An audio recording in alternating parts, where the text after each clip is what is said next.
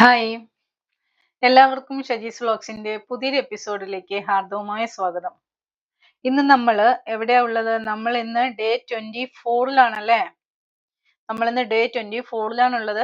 Day 1 മുതൽക്ക് day 23 വരെയും ചെയ്ത് കഴിഞ്ഞവർ ഡണ്ണ് എന്ന് ചാറ്റ് ബോക്സിൽ കൊടുക്കുക, കമന്റ് ബോക്സിൽ ഇടുക ഡൺ എന്ന്. ഓക്കെ, ഗ്രാറ്റിറ്റ്യൂഡ് ഇനിയും പ്രാക്ടീസ് ചെയ്യാൻ തുടങ്ങിയിട്ടില്ലാത്തവർ എത്രയും പെട്ടെന്ന് തന്നെ ഗ്രാറ്റിറ്റ്യൂഡ് പ്രാക്ടീസ് ചെയ്ത് തുടങ്ങുക. ഗ്രാറ്റിറ്റ്യൂഡ് പ്രാക്ടീസ് ചെയ്യുന്നതിന്റെ ഫലങ്ങളെ കുറിച്ച്, അതിന് എന്തൊക്കെയാണ് അതിന്റെ നമുക്ക് കിട്ടാൻ പോകുന്ന റിവാർഡ്സ് എന്നുള്ളത് ഞാൻ എല്ലാ വീഡിയോയിലും ഞാൻ ആവർത്തിച്ച് പറയുന്നുണ്ട്. കാരണം അത് അത്രത്തോളം മഹത്വമുള്ളതാണ്. ശരിക്കും പറഞ്ഞാല് എൻ്റെ പേര് ഷജീല ഹലീമ. ഞാനൊരു മൈൻഡ് പവർ ട്രെയിനറാണ്, ലൈഫ് കോച്ചാണ്. തീർച്ചയായും നിങ്ങൾക്ക് എൻ്റെ വാട്സപ്പ് കമ്മ്യൂണിറ്റിയിൽ ജോയിൻ ചെയ്യാൻ താല്പര്യമുള്ളവര് ഡിസ്ക്രിപ്ഷൻ ബോക്സിൽ ലിങ്ക് കൊടുത്തിട്ടുണ്ട്. അതിന്റെ ക്ലാസ്സുകളും കാര്യങ്ങളും ഒക്കെ ഉടനെ തന്നെ ആരംഭിക്കുന്നതായിരിക്കും. അപ്പം അതെല്ലാം നിങ്ങൾക്ക് വാട്സപ്പ് കമ്മ്യൂണിറ്റിയിൽ ജോയിൻ ചെയ്യുന്നതിലൂടെ നിങ്ങൾക്ക് മനസ്സിലാക്കാൻ പറ്റും. തീർച്ചയായിട്ടും. അപ്പൊ ഇന്നിപ്പോ നമ്മുടെ ഡേ 24-ന്റെ ആക്ടിവിറ്റി എന്ന് പറയുന്നത് മാജിക്കൽ വാണ്ട്, അതായത് മാന്ത്രിക വടി. എന്താണിതെന്നല്ലേ? ശരിക്കും എന്താണ് ഈ മാന്ത്രിക വടി? നമ്മുടെ ഗ്രാറ്റിറ്റ്യൂഡും നമ്മുടെ വിഷ്വലൈസേഷനും കൂടെ ചേരുമ്പോഴാണ് നമ്മുടെ മാജിക്കൽ വാണ്ട് അവിടെ ഫോം ചെയ്യുന്നത്. ഇതെല്ലാവരുടെ കയ്യിലും ഉണ്ട്. ഗ്രാറ്റിറ്റ്യൂഡിന്റെയും വിഷ്വലൈസേഷന്റെയും ഒക്കെ രൂപത്തില് എല്ലാവരുടെയും കയ്യിലുണ്ട്. നമ്മളത് ശ്രദ്ധിക്കാതെ പോകുന്നതുകൊണ്ടാണ്. നമുക്ക് ഒരുപാട് അനുഗ്രഹങ്ങൾ നമുക്ക് പ്രപഞ്ചശക്തി തന്നിട്ടുണ്ടല്ലേ. ലാസ്റ്റ് 20 മീൻസ് നമ്മുടെ ഡേ 23-ല് നമ്മൾ പറഞ്ഞു, നമ്മള് ബ്രീത്ത് ചെയ്യുന്ന എയറിന് നമ്മൾ നന്ദി പറയണമെന്ന് പറഞ്ഞു അല്ലേ. നമ്മള് ആ എയറിന് നന്ദി പറയുന്നതിലൂടെ നമ്മൾ കൂടുതൽ കൂടുതൽ ഗ്രാറ്റിറ്റ്യൂഡുമായിട്ട് പ്രപഞ്ചശക്തിയിലേക്ക് അടുക്കുകയാണ് ചെയ്യുന്നത്. ഓക്കെ, അപ്പൊ നമ്മളെ ചുറ്റുമുള്ള എല്ലാ കാര്യങ്ങൾക്കും, നമ്മുടെ ജീവിതത്തിലുള്ള ചെറുതും വലുതുമായ എല്ലാ കാര്യങ്ങൾക്കും നമ്മൾ ഓരോ നിമിഷവും ഗ്രാറ്റിറ്റ്യൂഡ് പറയുക. നമ്മൾ ഒരു ദിവസം ബെഡിൽ നിന്ന് എഴുന്നേറ്റിരിക്കുമ്പോൾ തന്നെ നമുക്ക് അന്നത്തെ ദിവസം കാണാൻ ഭാഗ്യം തന്നതിന് നന്ദി പറയുക. അന്നത്തെ ദിവസം നമുക്ക് നല്ല രീതിയിൽ ഉറങ്ങാൻ കഴിഞ്ഞതിന് നന്ദി പറയുക. ഇതൊന്നും ഇല്ലാത്ത എത്രയോ ആൾക്കാരുണ്ടല്ലേ. നമ്മളെപ്പോഴും നമ്മുടെ ഒരു ഫാമിലിയിൽ, അല്ലെങ്കിൽ നമ്മുടെ ഫാമിലിയിലുള്ള ഒരാള് ഒരു സുഖമില്ലാതെ കിടക്കുവാണെന്ന് വിചാരിച്ചോ. അപ്പൊ നോർമലി നമ്മൾ എന്താ ചെയ്യുക? അയ്യോ, അവർക്ക് തീരെ വയ്യ, അവര് തീരെ വയ്യാതിരിക്കുവാണല്ലോ, കഷ്ടം തന്നെ, അങ്ങനെ എങ്ങനെയൊക്കെ നമ്മൾ പറയുമല്ലേ. അങ്ങനെ പാടില്ല. നിങ്ങൾ എന്താ ചെയ്യേണ്ടത്? നിങ്ങൾ ആ വ്യക്തിനെ നിങ്ങളുടെ മനസ്സിൽ നിങ്ങൾ കൊണ്ടുവരിക. എന്നിട്ട് നിങ്ങൾ ആ വ്യക്തിക്ക് യാതൊരു ബുദ്ധിമുട്ടും ഇല്ല, യാതൊരു രോഗങ്ങളും ഇല്ലാതെ ആ വ്യക്തി വളരെയധികം ആരോഗ്യത്തോടു കൂടി വളരെയധികം സന്തോഷവതിയായിട്ട്, അല്ലെങ്കിൽ സന്തോഷവാനായിട്ട് നടക്കുന്നതായിട്ടും, അവരുടെ എല്ലാ കാര്യങ്ങളും അവർ താനെ ചെയ്യുന്നതായിട്ടും, അവർക്ക് എല്ലാ ആരോഗ്യത്തിൽ അവർക്ക് കംപ്ലീറ്റ്ലി പെർഫെക്റ്റ്ലി ഹെൽത്തി ആയി അവരിയ്ക്കുന്നതായിട്ടും ഒക്കെ നമ്മൾ സങ്കല്പിക്കുക. എന്നിട്ട് അതിന് നമ്മൾ നന്ദി പറയുക. പഠിച്ചവനെ, അങ്ങനെ അവർക്ക് നല്ല ആരോഗ്യം കൊടുത്തതിന് നന്ദി. അങ്ങനെ നമ്മൾ പറഞ്ഞ് ശീലിക്കുക. നമ്മൾ ഒരിക്കലും നെഗറ്റീവ് തോട്ട് തന്നെ ആ വ്യക്തിയിലേക്ക് കൊടുക്കല്ലേ. നമുക്കൊരാള് സുഖമില്ലാതെ ഇരിക്കുമ്പോൾ അയ്യോ പാവം, എന്താണിത്, ഇങ്ങനെ ആയിപ്പോയല്ലോ എന്ന് അവരോട് നമ്മൾ പറയുമ്പോൾ ആ നെഗറ്റീവ് എനർജി അവരിലേക്ക് ചെല്ലുവാണ്. അങ്ങനെ ചെയ്യാൻ പാടില്ല. നമ്മൾ അവര് നല്ല രീതിയിൽ നടക്കുന്നതായിട്ട് നമ്മൾ സങ്കല്പിക്കുക. മനസ്സിലായോ? അതുപോലെ തന്നെ ഫിനാൻഷ്യലി കടം കൊണ്ട് ബുദ്ധിമുട്ടി നിൽക്കുന്ന ഒരാള്, അവരോട് നമ്മളിങ്ങനെ സഹതാപത്തോടെ അവരുടെ മുന്നിൽ പോയി പറഞ്ഞുകൊണ്ട് നിൽക്കാതിരിക്കുക. നിങ്ങൾക്ക് എന്നാലും ഇങ്ങനത്തെ അവസ്ഥ വന്നല്ലോ, നിങ്ങൾ എന്ത് നല്ല രീതിയിൽ ജീവിച്ചതാണ്, ഇപ്പൊ നിങ്ങൾക്ക് ഭയങ്കര കടമായി പോയല്ലേ.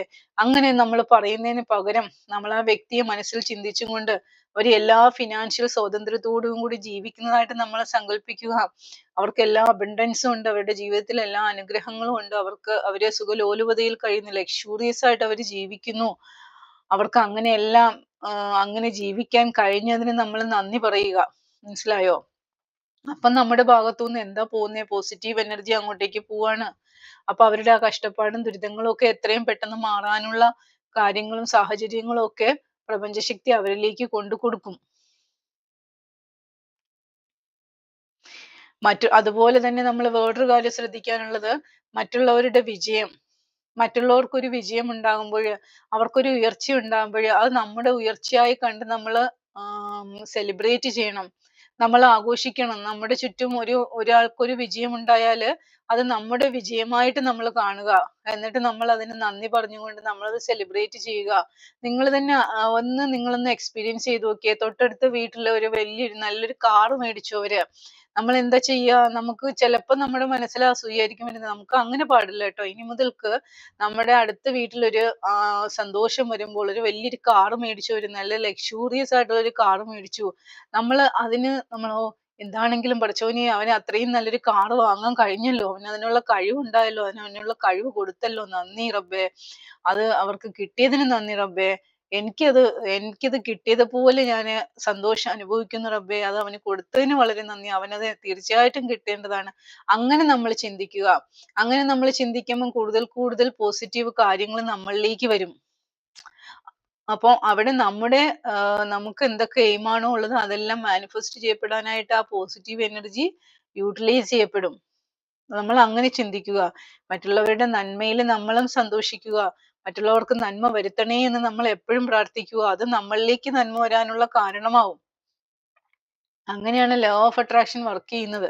അങ്ങനെയാണ് നമ്മളിലേക്ക് ഓരോ കാര്യങ്ങളും ആകർഷിക്കപ്പെടുന്നത്. ഒരാളിനോടും ഒരു അസൂയയും കുശുമ്പും ഒന്നും വെച്ച് പുലർത്താതിരിക്കുക. എല്ലാവർക്കും കഴിവുകളുണ്ട്. അവരെ പോലെ തന്നെ കഴിവ് നമുക്കും ഉണ്ട്. നമ്മളത് യൂട്ടിലൈസ് ചെയ്യാത്തത് കൊണ്ടാണ്.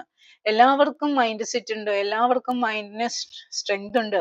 അത് നമ്മൾ കാണാതെ പോകുന്നതുകൊണ്ടാണ് നമുക്കൊന്നും അറിയാതെ നമ്മള് ശരിക്കും ആ ഒരു ദാരിദ്ര്യത്തിൽ നിന്ന് ദാരിദ്ര്യത്തിലേക്ക് തന്നെ പൊയ്ക്കൊണ്ടിരിക്കുന്നത്. കാരണം നമ്മൾ എപ്പോഴും ദാരിദ്ര്യത്തെ കുറിച്ചാണ് ചിന്തിക്കുന്നത്. അതുകൊണ്ടാണ് നമ്മൾ എപ്പോഴും ദാരിദ്ര്യത്തിലേക്ക് പോകുന്നത്. നമ്മളൊരു റിച്ച് ആയിട്ടുള്ള മൈൻഡ് സെറ്റ് ആണ് അവിടെ വെക്കുന്നതെങ്കിൽ തീർച്ചയായിട്ടും ആ റിച്ച്നെസ്സിലേക്ക് എത്താനുള്ള കാര്യങ്ങൾ നമ്മളിലേക്ക് വരും.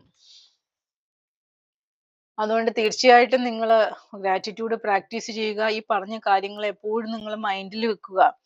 ഈ മാന്ത്രിക വടി എപ്പോഴും നിങ്ങളുടെ കൂടെ കൊണ്ടു നടക്കുക. അത് ഗ്രാറ്റിറ്റ്യൂഡിന്റെ രൂപത്തിലും ആൾക്കാരെ സപ്പോർട്ട് ചെയ്യുന്നതിന്റെ രൂപത്തിലും നമ്മുടെ എയിമൊക്കെ വിഷ്വലൈസേഷൻ ചെയ്യുന്നതിന്റെ രൂപത്തിലും ഒക്കെ ആയി നമ്മളത് കീപ്പ് ചെയ്യുക. അപ്പൊ തീർച്ചയായിട്ടും ഇന്നത്തെ എന്റെ വീഡിയോ ഇഷ്ടമായെങ്കിൽ ലൈക്ക് ചെയ്യുക. അതോടൊപ്പം തന്നെ ചാനൽ സബ്സ്ക്രൈബ് ചെയ്യാൻ മറക്കരുത്. ഇതുവരെയും സബ്സ്ക്രൈബ് ചെയ്തിട്ടില്ലാത്തവർ സബ്സ്ക്രൈബ് ചെയ്യുക. ഒപ്പം നിങ്ങളിത് നിങ്ങളുടെ ഫ്രണ്ട്സിനും കൊളീഗ്സിനും ഒക്കെ നിങ്ങൾ ഷെയർ ചെയ്യുക. എല്ലാവരും നല്ല സന്തോഷത്തോടെയും ഹാപ്പിയോടുകൂടിയും ഒക്കെ ഇരിക്കട്ടെ. എല്ലാവർക്കും സന്തോഷവും സമാധാനവും ഐശ്വര്യവും എല്ലാം അവരുടെ ജീവിതത്തിൽ ഉണ്ടാകട്ടെ എന്ന് ഞാൻ ആത്മാർത്ഥമായി പ്രാർത്ഥിക്കുകയാണ്. തീർച്ചയായും നാളെ നമുക്ക് ഡേ 25ന്റെ ആക്ടിവിറ്റിയുമായിട്ട് മുന്നോട്ട് പോകാം. പിന്നെ നമ്മൾ കഴിഞ്ഞു. ഇനിയിപ്പം 2-3 ദിവസം കൂടിയേ ഉള്ളൂ. ഓക്കെ, അപ്പൊ thank you so much for watching my video. Thank you once again. അതുപോലെ തന്നെ വാട്സപ്പ് കമ്മ്യൂണിറ്റിയിൽ ജോയിൻ ചെയ്യാൻ താല്പര്യമുള്ളവര് വൈകരുത്, ജോയിൻ ചെയ്യുക. അപ്പം ആദ്യം മുതൽക്ക് തന്നെ നിങ്ങൾക്ക് ക്ലാസ്സുകളിലൊക്കെ അറ്റൻഡ് ചെയ്യാൻ പറ്റും കേട്ടോ.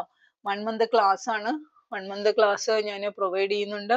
1 month ക്ലാസ്സിൽ ഇരുന്നാൽ നിങ്ങൾ തീർച്ചയായിട്ടും നിങ്ങളുടെ ജീവിതത്തിൽ മാറ്റങ്ങൾ ഉണ്ടായിക്കൊണ്ടേയിരിക്കും. നിങ്ങൾക്ക് ഹാബിറ്റ് ഫോം ചെയ്യാൻ പറ്റും. നല്ലൊരു ഹാബിറ്റും നല്ല പോസിറ്റീവ് മെന്റാലിറ്റിയും ഒക്കെ നിങ്ങൾക്ക് ഫോം ചെയ്ത് നിങ്ങളുടെ ജീവിത വിജയത്തിലേക്ക് എത്താൻ പറ്റും. അതിനുള്ള കാര്യങ്ങൾ തന്നെയാണ് നമ്മൾ അവിടെ ചെയ്യുന്നത്. Okay, thank you.